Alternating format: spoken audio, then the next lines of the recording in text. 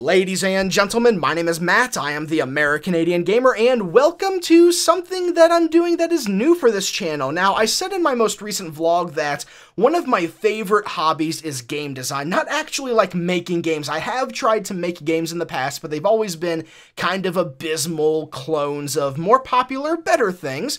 But I still love the idea of brewing up mechanics and systems and creating different elements of a game, or just creating what I think would make a fun game, but not actually making the game itself. It's just something I've always really enjoyed doing, and one of my favorite things to do in this aspect is making custom Magic the Gathering and Hearthstone cards, and that's exactly what we're going to be doing today.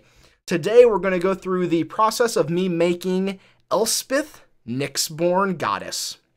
So, for this video, I did want to do something special, and I'm going to actually put work into making the art of the card, which is not something that I usually do, because when you have like MTG Cardsmith or the set editor, you just copy paste an image in, you put some text, and you usually find something that does fit, but it's really not as much about the card image as long as it's at least looks like it fits as the card. I wanted to make something that actually looked like what I wanted it to be. I didn't just want to put a picture of Elspeth on there or slightly modify a picture of Elspeth. I wanted to take something and make it look really good, at least as good as I could make it. I am self-taught with Photoshop. I never took classes. I don't use it very heavily on a daily basis. Like, I'm not an artist of any type. I use it just pretty much to make thumbnails and a little bit of art for my channel and other videos here and there. So I'm not exactly an expert Photoshopper, but I did the best I could. So I hope you enjoy actually watching me make the card in the background. You can see me kind of go through a few little processes and a few ideas here and there with some different things. But this idea for the new Elspeth card is something that's always kind of just floated around, and it's something that I wanted to try and tackle because I don't know, I just wanted to. I don't really need a real reason for it. But anyways, when people usually make the next Elspeth card, they make Elspeth Returned. And maybe I should talk about why people do this, first of all, because Elspeth died. Okay, she's a character that died in the Journey into Nyx storyline. And the thing about death in Magic the Gathering is it's usually you're gone. You're dead unless there's something that can help keep you alive, like an underworld. Now, Theros is the only plane that we know of, at least that I know of, that has some kind of underworld or afterlife in it, where a character can actually go to, like, the underworld, which is what happens. Wow, I am repeating myself here. In Theros, when someone dies, they go to the underworld, and then they can leave the underworld if they give up their old identity and their old memories. These people that do this, or these beings that do this, are called the Returned. They're grayish black zombies that wear golden masks. They have no memory of their past lives. They don't feel a lot of emotions a lot of times. They have very short memories. They wander aimlessly. They have a pretty pitiful existence. And people usually make Elspeth into one of these, and they make her a black-white planeswalker as opposed to a pure white planeswalker to signify that she is a Returned, because Returned are black cards.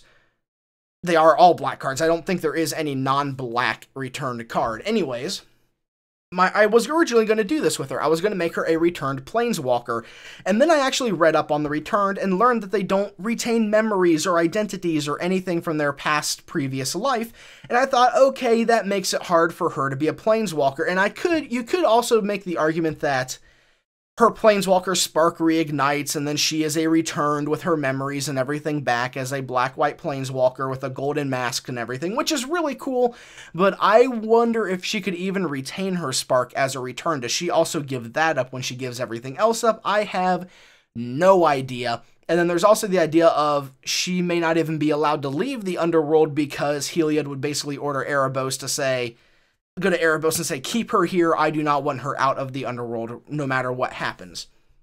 So, where am I on this? I completely lost I have notes in front of me, and I lost my place on them because I do not organize notes very well. Anyways, I didn't want to make her that. I wanted to make her something different, something that nobody else was doing with her. So then I had this idea. What if she became something more? What if she did not become a Returned? Because she journeyed into Nyx to stop Xenagos. She accomplished her mission. She killed a god, something that was thought to be impossible. And what was her reward for doing that? Heliod, the god of the sun, betrayed her, stabbed her through the heart with her own weapon, and she died. Now, what if the power of her planeswalker spark and the exposure to the realm of the gods allowed her to reform herself inside of Nyx? Alright, this is where I'm going with this. Imagine the void of Nyx, the realm of the gods and of dreams, a brilliant nebula of color and power. Suddenly, a formless voice begins to echo in the void. White light gathers from across the realm and forms into a single swirling point in the dreams and the stars. And from this point spawns Elspeth, her soul and her spark now a part of Nyx itself. A planeswalker god, one that is more powerful than any being on Theros or Nyx, has been born. But Elspeth, she's not a vengeful or cruel woman, but she does have business to conclude with the god of the sun, the one who betrayed and killed her. Now this is where she learns that her friend and fellow planeswalker Ajani has already been working to defeat Heliod, but in a much more passive fashion. Theros gods sustain their existence by the beliefs of mortals, and Ajani has been preaching against Heliod in order to weaken him by making it so that mortals don't believe and follow him anymore, and this will eventually end his existence. Now, perhaps it is a similar form of belief that did help Elspeth reform inside of Nyx. People wanted her back, people were sad she was gone, and with her planeswalker spark, she may be significantly less reliant on mortals than the other gods, so their beliefs and dreams and hopes and wishes helped her reform, but she doesn't need them to sustain her existence. Now, this is where Elspeth shows that she is greater than Heliod. She finds the weakened god, who is scared, who is unable to fight back, and instead of destroying him, she grants him the mercy that he never showed her. But she does take his spear, and she does claim his position in the Pantheon as her own, and vows to bring Theros into a new era of peace and prosperity. Now, I know that the spearhead I'm using in the art isn't Heliod's spear. It's from the spear that he gave to Gideon in order to slay the Titan, but I couldn't get the spearhead from the spear of Heliod to fit into the picture very well. I couldn't get it to look like it was actually part of it when I was testing out this idea and testing out a few Photoshop things, so that's why we're using this particular spearhead and not actually Heliod's spear, just to make that clear. So, now that Elspeth has taken a seat on the Pantheon of Theros, much to Ajani's delight, she seeks to make it a better place.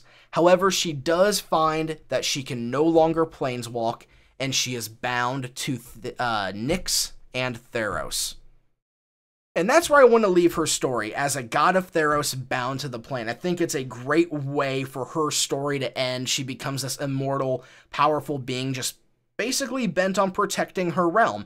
And you could go with the storyline down the road. Maybe she has to give up her godhood in order to planeswalk and other things like that. Who knows? But I do like the idea of Elspeth reforming and becoming this goddess. And that's, I think it's neat. I think it's fun. And that's what this is about. I'm having fun with this. So now let's actually talk about the card itself.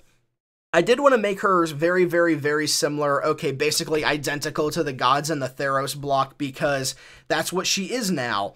And so she is a legendary enchantment creature with indestructible, and requires a certain amount of devotion in order to be treated like a creature on the battlefield. But I did want to differentiate her from the other monocolored gods. I kept her mono white, and with all the monocolored gods, they're usually one color that they require, or no, they are one color of the mana they represent. Like Heliod's one white and then a bunch of colorless. Nylea's one green, a bunch of colorless. Thassa's one blue and a couple colorless. I wanted to differentiate her from that, so I made her two white and some colorless instead. Now, the only problem that messes with is it messes with devotion. All of the gods require 5 devotion, all of the monocolored gods, but they only have one color in their mana symbol, so they give themselves 1 devotion. Elspeth would give herself 2.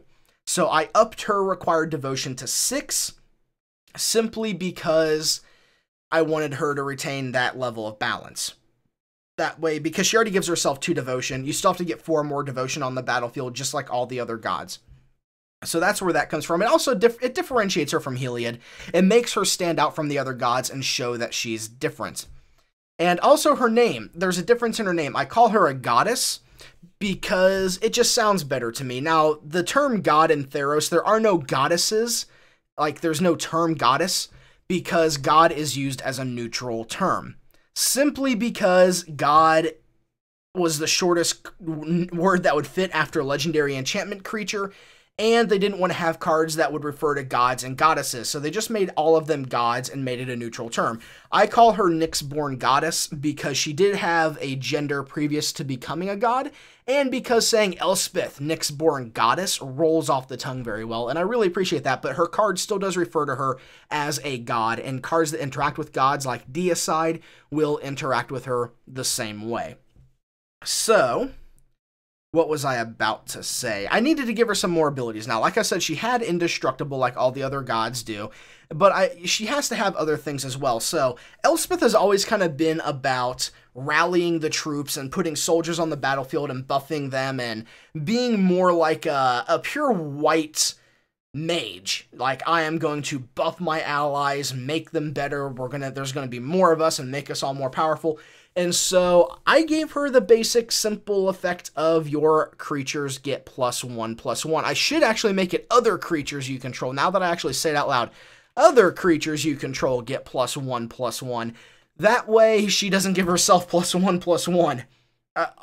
Yeah, she shouldn't give herself +1/+1. Other creatures, she should get +1/+1. Similar to like what the Spear of Heliod did. Originally, I had it as +2/+2, but then I realized that if you put out a bunch of little weenies and then put her on the board, you have like a bunch of 3/3s and 4/4s and 5/5s just right there, and then it's like, well, I just win. So I thought 2/+2 would be too powerful, so +1/+1 I think is pretty good.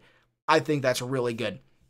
But she's also kind of been about, like, destroying her enemies, and especially the Sun's Champion. You know, her neg-3 was destroy all creatures with power 4 or greater, but I didn't want her to have a Wrath-style effect. I didn't want her to be that wrathful god. I wanted her to be more about peace and keeping the peace and being more like an officer that overwatches everything. So I gave her the ability to pay 2 white and 2 colorless to exile a creature until she leaves the battlefield, which is pretty similar to what Banishing Light does in other cards to that effect, and it's basically the equivalent of her coming into a conflict and putting the really bad guys in timeout, fixing the problem, then when she leaves, they're not in timeout anymore. That's basically the flavor behind it, is she exiles things temporarily so that she can solve problems. She doesn't like to destroy, and I made it so that she doesn't do that. Destroying something is a very, very, very last resort for her at this point. She does not wish to do that. So that's why she has that ability. I did make it 4 mana. It was originally 2 whites and a colorless. And then I realized you're going to play her on turn 5. That means turn 6 you could potentially exile 2 creatures. That was too good. Yeah, it was just too good. So 4 mana, I think, is good for that effect because it is repeatable, and of course, once she leaves the battlefield, those things can come right back. Maybe 2 white and a colorless would have been better, but if you have ways to protect Elspeth, she's going to be really good in that aspect anyway. So there's that. And I think that's about all I have on this card. I really did have a lot of fun making it. This is one of my favorite things to do.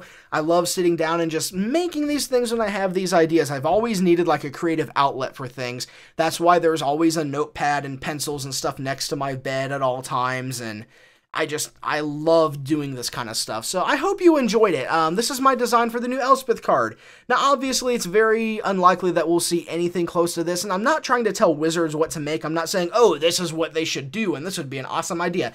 This is just what I think would be fun, and I just wanted to have a lot of fun designing this card and sharing it with all of you. So let me know what you think about this video below. Any feedback that you have would be greatly appreciated, and since this is a new venture for me, I do want feedback, because I really enjoyed doing this. This was a lot of fun. And also, what do you think of the card? Do you think that she is overpowered, underpowered, maybe powerful, but not too powerful, so like a win condition? Or maybe she's just average? I don't know. Just let me know. I really did enjoy making this, and I appreciate all of you staying through to listen to me ramble about it and everything along those lines. I'm running out of things to say, so I'm just going to do the outro. So, as always, ladies and gentlemen, thank you so much for watching. My name is Matt, and I'll see you next time.